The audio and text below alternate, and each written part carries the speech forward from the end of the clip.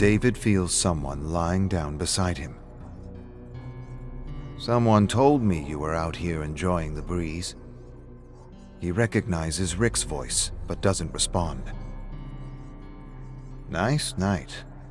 I have never seen a night quite like this one before." David sighs. "Go away. Please." Rick ignores him. "Kinda hard on the back, but looking at the stars seems to balance things out. Please. Look at those clouds. There's a storm coming. Better enjoy it while we can." David turns to Rick and looks at him through puffy slits, but doesn't say anything. "You know, coconuts kill more people than sharks. I looked it up because someone told me this story about a couple who had been together for years. The woman always wanted her husband to go into the water while on vacation, but he was terrified. He didn't want to be eaten by a shark. They go to the same place for 20 years, and he never goes in the water. Then for her 60th birthday, he decides he's going in. She's happy, and he's pumped. But as he walks to the beach, a coconut falls on his head, dies right there on the spot. You'd think that would have been what she remembered. She had been a customer for years, and she never once talked about the coconut. Someone else told me about it. She told me about all the other things, but not that. And she used to make me jealous, 'cause I think people who know who they love are the luckiest people in the world, mightier than the mightiest in a wasteland of broken hearts." David clears his throat. "Is that story supposed to cheer me up?" "I'm not trying to cheer you up. I'm telling you that I'm jealous of you, Dave. And I'm not talking about Jasmine or the others." "There you go, assuming things you don't really understand." "I understand you. I understand love. And I know enough to know it's not something you squander, even if in the end there's a cosmic coconut waiting for all of us." David closes his eyes. Rick laughs softly. "Her story would have made a pretty good movie, except for the coconut ending. That would probably have to change." David sighs heavily, and through a growing thickness in his throat, he whispers for Rick to leave him alone, to just leave him alone. David opens his swollen eyes to find Rick staring at him. "I had this regular who stopped coming to the pub a few years back. Found out she was in jail. Imagine that. Jail. Murder. Matter of the heart. She discovered her husband was in love with another woman, so she lured him to their country home, drugged him with sleeping pills, boarded up the doors and windows, and set it on fire while he slept. He woke up and tried to smash his way through the boards, but she was waiting for him with a hammer as he tried to climb through the busted and burning wood. Whack! Whack! Whack! She smashed his arms, hands, shoulder with the hammer until he could scarcely move. All that remained was a terrible mess of a man trying to squeeze through busted boards with thick black smoke pouring past him like molasses. She stands there watching him dripping, burning, breathing, screaming, begging, and doesn't move until the police arrive. David turns away from Rick, but doesn't say anything.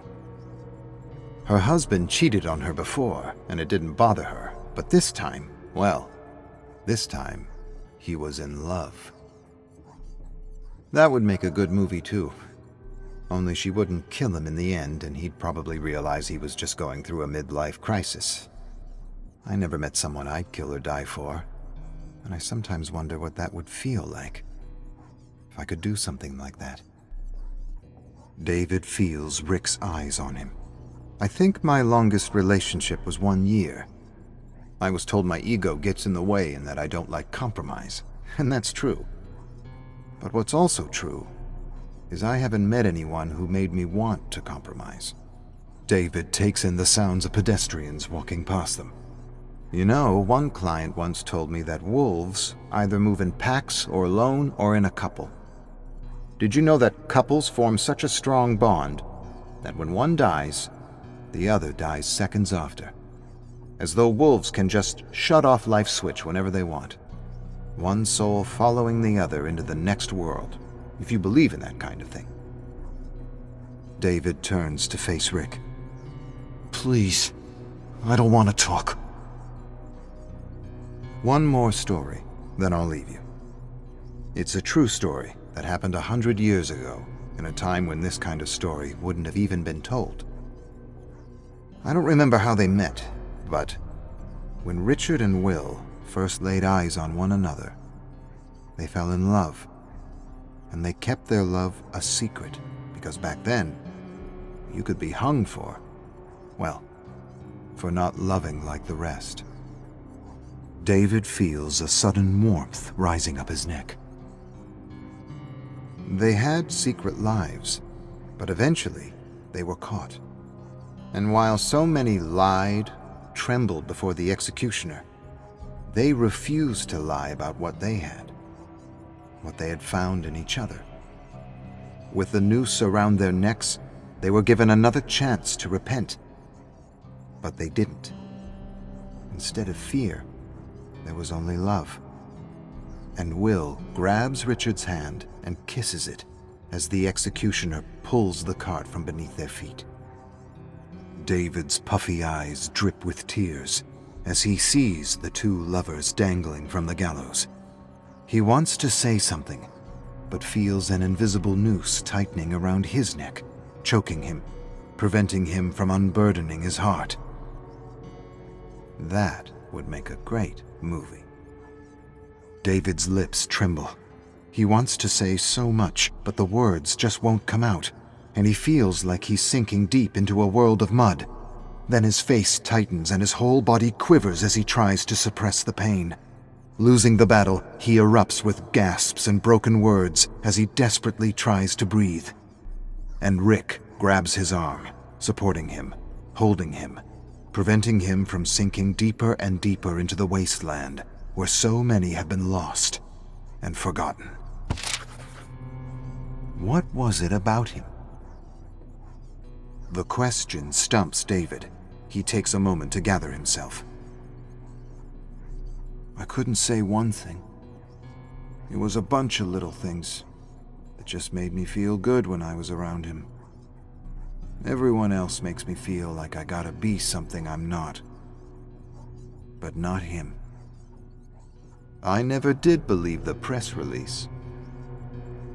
My parents can't stand each other. They should have divorced years ago. But they keep up the show and have their secret lives. So I guess that's normal.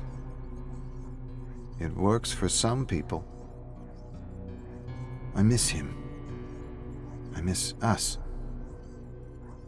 I remember meeting him like it was yesterday. Just being with him was enough to know, and I knew right away that he was special, and that he would somehow be an important part of my life.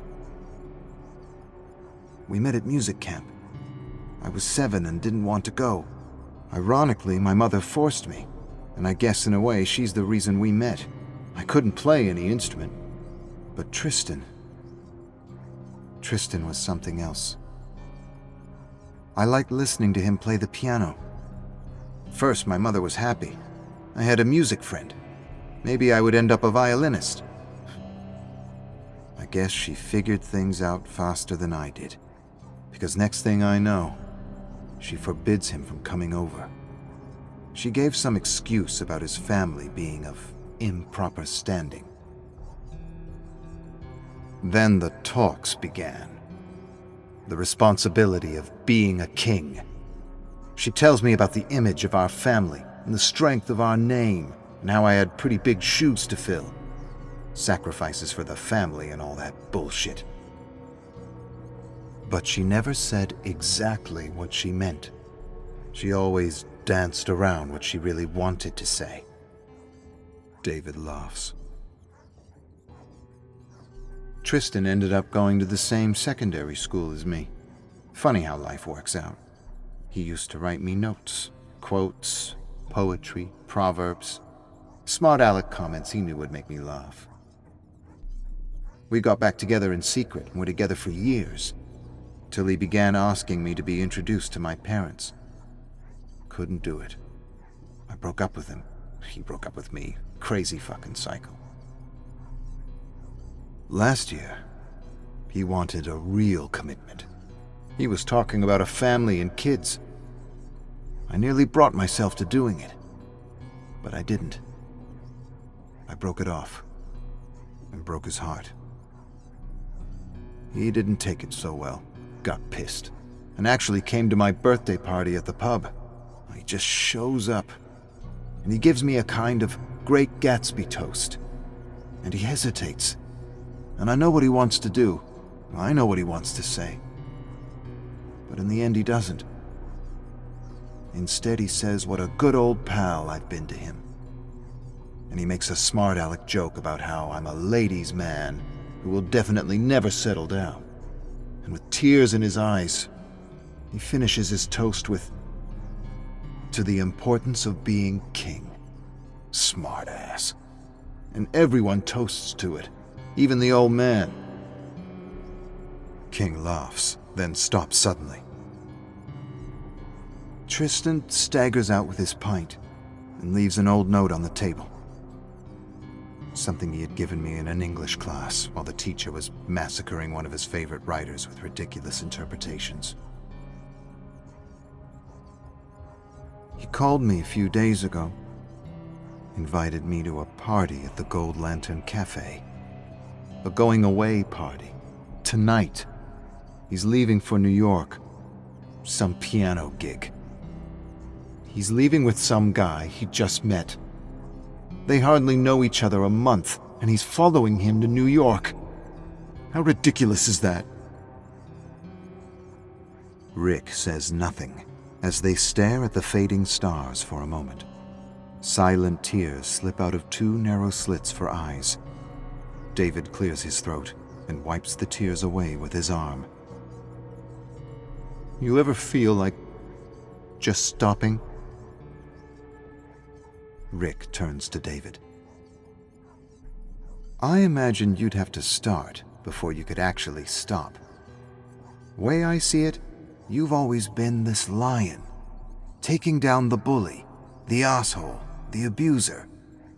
Ever since I've known you, I've admired you for that. You're great at clobbering the shit out of anything that gets in your way, except maybe yourself.